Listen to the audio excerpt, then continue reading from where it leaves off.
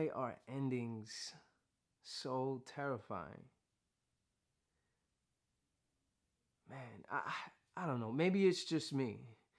Maybe you guys are better at being okay with things coming to an end.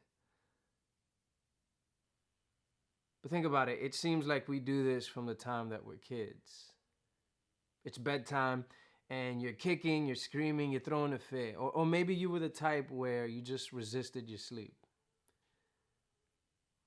But why?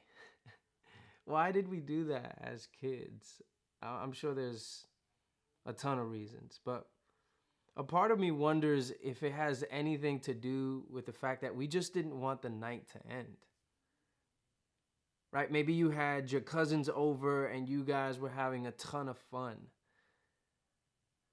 But then I realized, yeah, if that's the case, I get it. But as kids, it seemed like we did this on any night, even if nothing was going on. And as kids get older, it doesn't seem to change.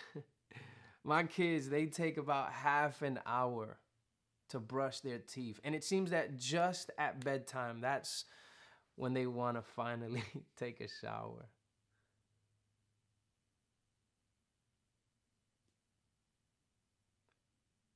They just don't want the night to end.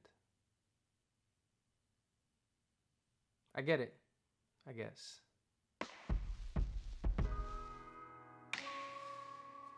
Our family did a thing last month. An exciting thing, actually, but also a hard thing. We moved.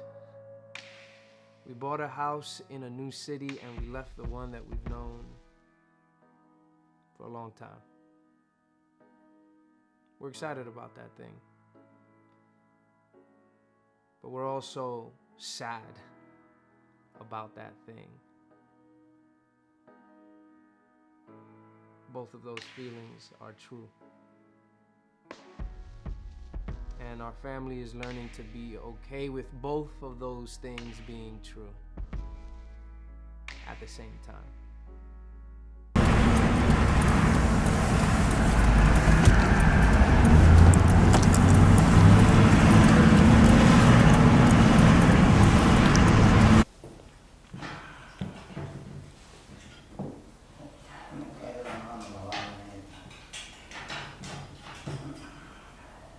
What you gonna miss, cuz? I said I'm gonna miss some of my friends. I'm gonna miss some of the food there. Some of the restaurants like Ceci's. Shout out to them. Shout out to them. When I come back, I'm gonna need a plate. Nah, but you can't get them I'm here. gonna miss Ola. No, Bev. Who's that? I'm gonna miss my Ola bacon and is cheese an old on a person. Jamaican We meat didn't know his name, so we just called him That's Ola. Hayden, we knew his name. You didn't know his name. His name is Alex, mama.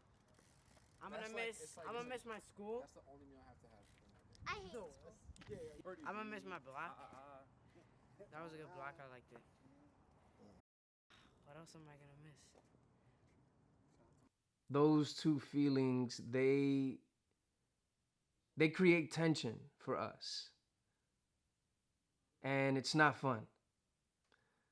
But I think to let one of those feelings eclipse the other is to be dishonest with ourselves. Or maybe even worse, it's to potentially miss out on what those two feelings and the tension that they create are trying to offer us. It seems that, I don't know, every moment, every interaction, every intersection that we may find ourselves in, it's almost like it has something for us. I don't know, it's like every blowing of the wind or every rising of the sun or any person that we interact with, it almost feels as though God is trying to use every earthly moment to give us something, anything. I love the way one poet says it. She says, "Earth is crammed with heaven."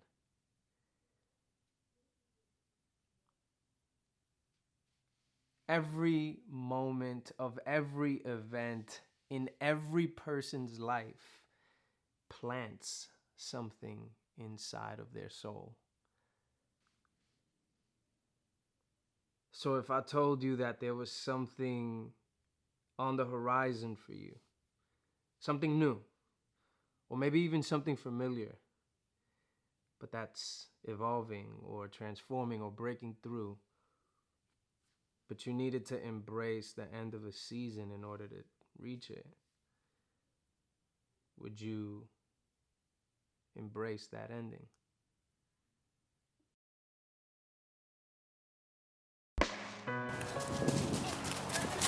Wait about the house. Ready Oh, to I see. do this. I see our car. What are we doing? We are going to close on our very first house. That's right, we are. This is live right now. We are in Atlanta, and there's a new person living on the street. Love is hardest to experience when your life is shaped by fear. Fear takes up hella room. It doesn't economize space. It seems to monopolize space. It doesn't ask for permission, and rarely does it apologize for what it does. You know, one of the reasons why I think transitions are so difficult is because they involve endings. And endings involve these strange and painful in-betweens. One of the greatest pains of transition is the feeling of wandering from place to place, home to home, a place to belong, and you're stuck in between this thing of what was and what's next. And to some of us, that may feel really exciting. But to others of us, it's terrifying because that in-between space is perhaps the most vulnerable and most painful part of the whole process. And you know, strange enough, it's in that vulnerable and painful place that we discover more of ourselves, who we are, and what we're afraid of. But perhaps more importantly, that's the place where I'm learning to make a home with God. There's all these really nice things that we say about God, but I think it's in this strange and painful in-between that we finally make sense of all of the nice and pretty things we say about God. We finally realize them to be true of Him in this place that we avoid so much. That He's got this loyal kind of love, and that He's got this kind of goodness. It's in that in-between space where your head is foggy, where you can't really see, and when you're scared half to death. It's in that place, that in-between, that foggy and painful in-between, that descriptions of God become experiences with God. Maybe that's what we've all needed. Not answers about what's next, but certainty that I'm not alone as I take this step forward. Because certainty is not the child of clarity, but the child of love. Leaving family back in New York, good friends back in New York, the ending of the ministry my wife and I were part of with the kids.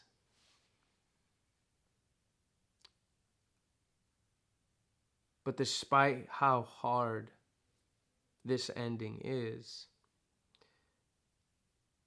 we're thankful for a new beginning. And we're thankful that this ending is making room for this beginning. So if you're experiencing an ending,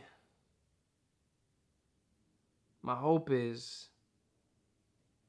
that you would know that there is a beginning just around the corner. And that while this may be the end of this, it's not the end of you. Love you guys.